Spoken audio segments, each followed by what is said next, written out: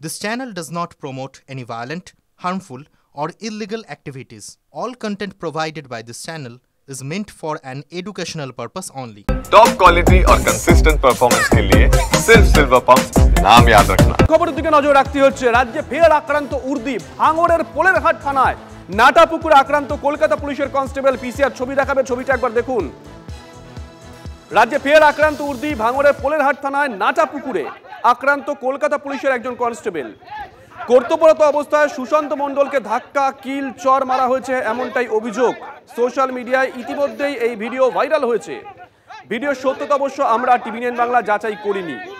যেমনটা জানা যাচ্ছে, জমি সংক্রান্ত বিষয়ে দুই পরিবারের ঝামেলা উত্তপ্ত হয়ে ওঠে এলাকা। ঘটনাস্থলে পৌঁছে পরিস্থিতি নিয়ন্ত্রণের চেষ্টা করে পুলিশ।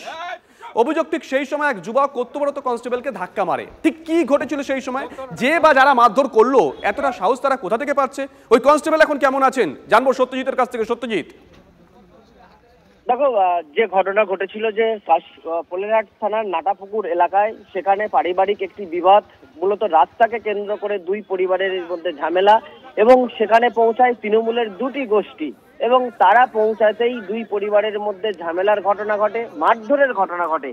খবর পাওয়ার পর পোলেরহাট থানার পুলিশ আধিকারিকরা ঘটনাস্থলে পৌঁছে পরিস্থিতি নিয়ন্ত্রণ করার চেষ্টা করে।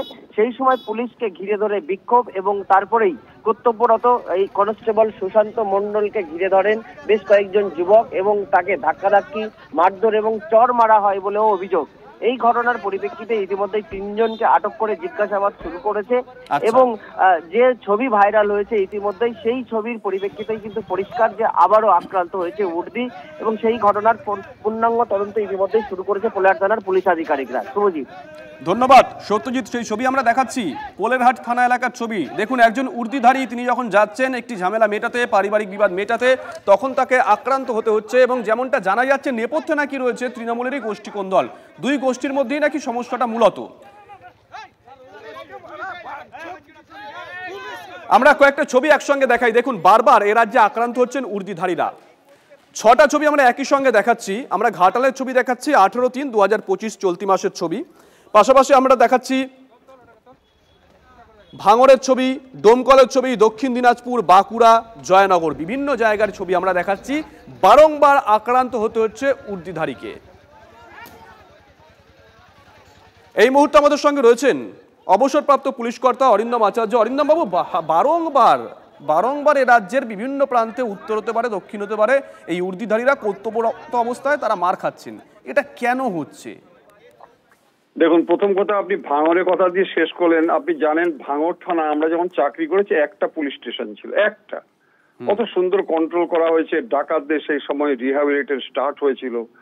কিন্তু এখন ভাঙড়ের বর্তমান পরিস্থিতি 7খানা পুলিশ স্টেশন, 7টা। মাননীয় মুখ্যমন্ত্রী নাগরিকদের নিরাপত্তার স্বার্থে 7খানা পুলিশ স্টেশন করেছে under the shade of Calcutta police commission, Calcutta police. এবার আপনার প্রশ্ন, কিচ্ছু জানতে হবে না ভাই, আপনি শুধু ওই ভাঙড় এলাকার এবং ক্যানিং এর 2 জন শাসক দলের নেতা, এমএলএ এবং একজন নেতার, আপনি শুধু ওদের কথাগুলো শুনুন যে কোন জায়গায় বিভৎস রূপটা গেছে, অর্থের জায়গাটা।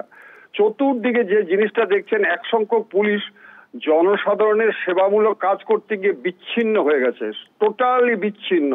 এবং তাদের এক সংখ্যক পুলিশের এই সমস্ত দলদাসে পরিণত হওয়ার পরিণতিতে তাদেরকে মানুষ ঘৃণা করে, ঘৃণা। আর যারা নাকি ভালো কাজ করছে তারা আজকে নীরবে চোখের জল ফেলছে তাদের পরিবারে। একটাই কারণ হচ্ছে গিয়ে, পুলিশ আজকে সাধারণ মানুষের নিরাপত্তার জন্য, সাধারণ মানুষের সেবামূলক কাজ করতে গিয়ে তাদের অধোগতি যেটা হচ্ছে, তার জন্য কিন্তু এক সংখ্যক রাজনৈতিক নেতা এবং সুপিরিয়র অফিসাররা কিন্তু আজকে দায়ী। অসংখ্য ধন্যবাদ অরিন্দম বাবু।